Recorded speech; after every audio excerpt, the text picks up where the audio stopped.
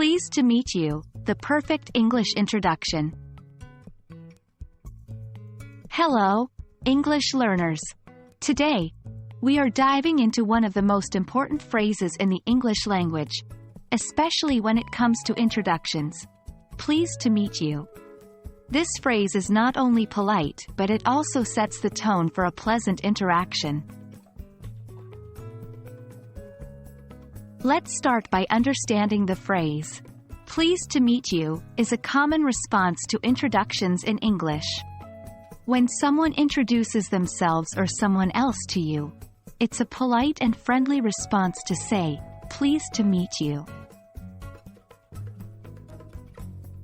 While it's common in both informal and formal settings, it's more commonly used in formal or semi-formal situations, such as business meetings, formal events, or when meeting someone for the first time. So how do you respond when someone says to you, pleased to meet you? An appropriate response would be, pleased to meet you too, or you can simply say, you too.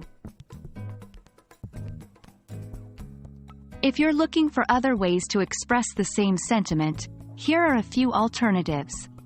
Nice to meet you. Glad to meet you. It's a pleasure to meet you.